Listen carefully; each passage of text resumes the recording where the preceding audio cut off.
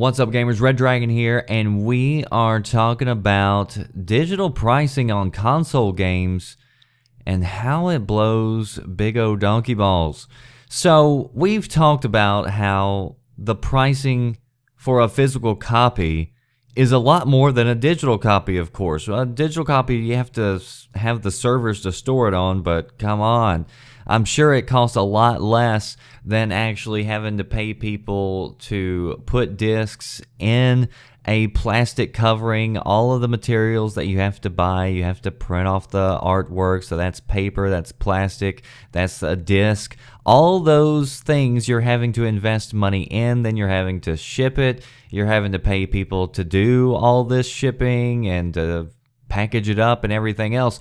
So there's a lot of costs that are then removed whenever you go over to digital. So common sense would tell me and you, the consumer, that we should be paying a lot less for the digital version because there's just not as much cost involved with creating it.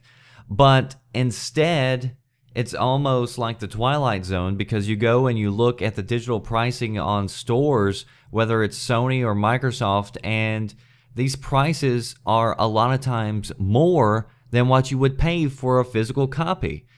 And the thing with physical copies is it seems like it would be a better value anyway.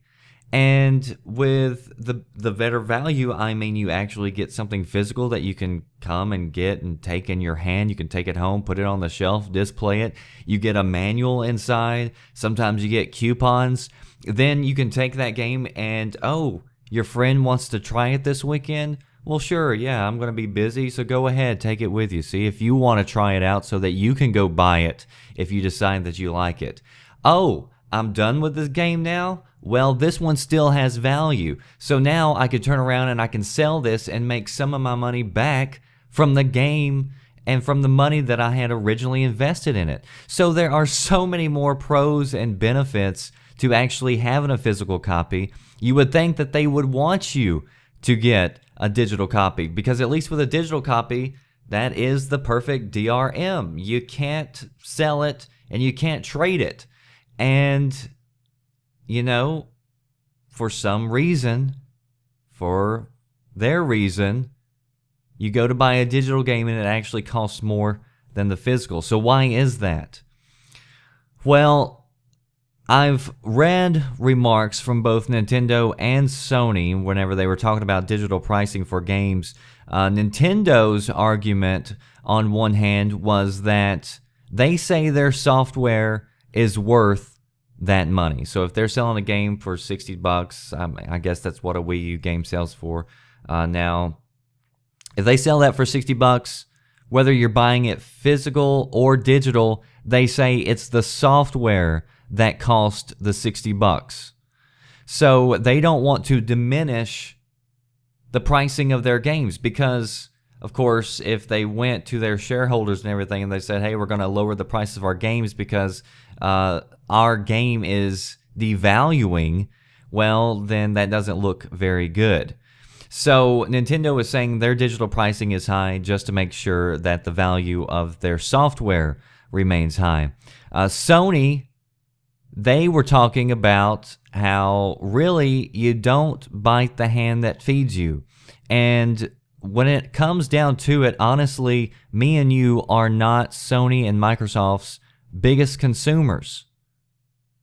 The biggest consumers are the retailers, the brick and mortar stores, the ones who are actually selling the consoles that you have to buy.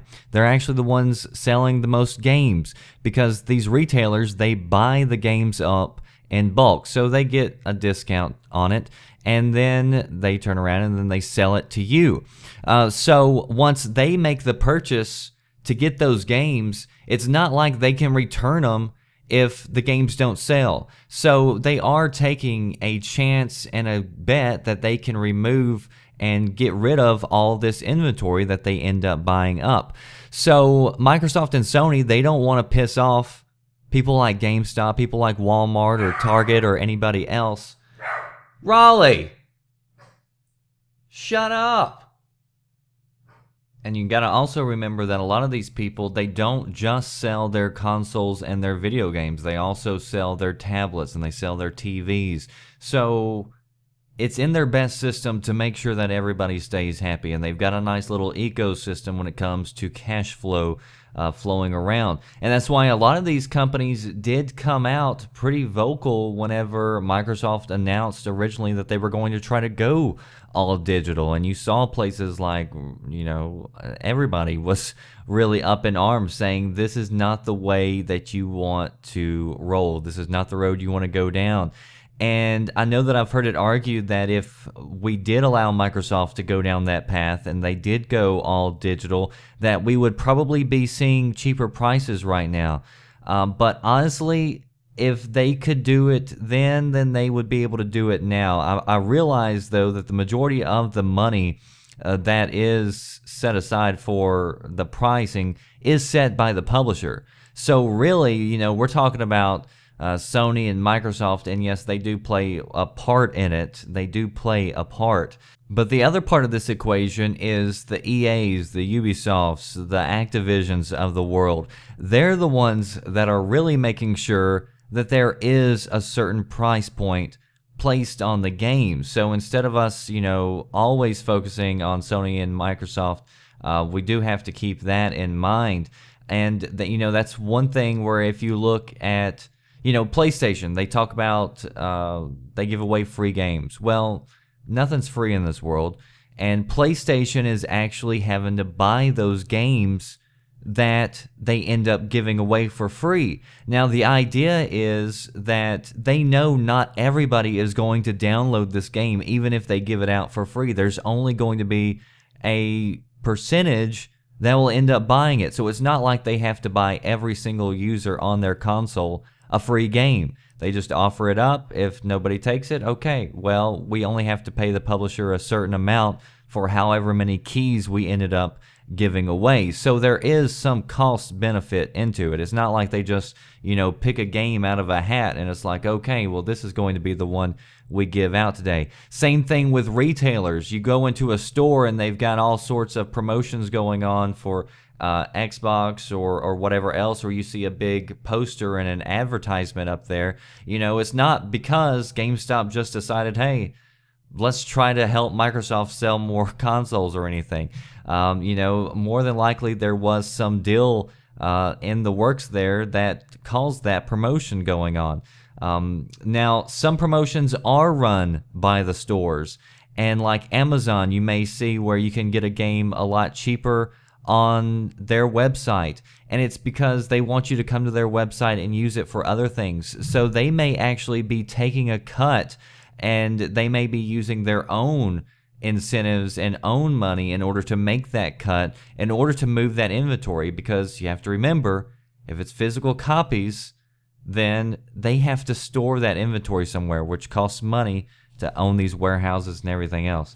So I know I was kind of jumping around a little bit, but there is a lot more to the story, and I guess my point was that I'm glad Microsoft did not go down the DRM route. You know, it's a theory that it might be better as far as digital pricing goes, but you know what? Honestly, they could do it now if they would be able to do it then, I would say. So it really doesn't make any sense. I think we're a lot better off. If they're going to try to charge the same amount of price, I'd much rather have a physical copy of a game. I do have digital copies. Usually if they end up sending me a review copy of something, I'll get a digital code. And I mean, it is nice, it is convenient, but if I'm going to be spending the money on a game, I'm definitely going to want the physical copy of it. Period. I think it's the better value overall, and until they get those prices down, I really don't see the value in getting digital and going digital. And honestly, they just care about selling games. They obviously don't care about selling the most games or, you know, making sure that everybody plays their games as possible. They're in the business to make money. That's the way it goes with everybody. So just keep that in mind. That does it for me, The Red Dragon. Post below, let me know, what do you think about digital pricing versus physical pricing? Do you think those are good, legitimate reasons as to why the physical media cost the same as digital because they don't want to piss off retailers, because they probably have some deal in place where they can't undercut the retailers by so much either. I'm sure that's probably in some sort of contract as well. So there's a lot of outside things that you don't normally pay attention to whenever you're just looking at yourself from the consumer standpoint, which I do a lot, and I'm like, why the hell would I pay this amount for a digital copy when I can get it cheaper on physical and then get some money back? That does it for me, the Red Dragon. I'll see you next time. Thanks for watching.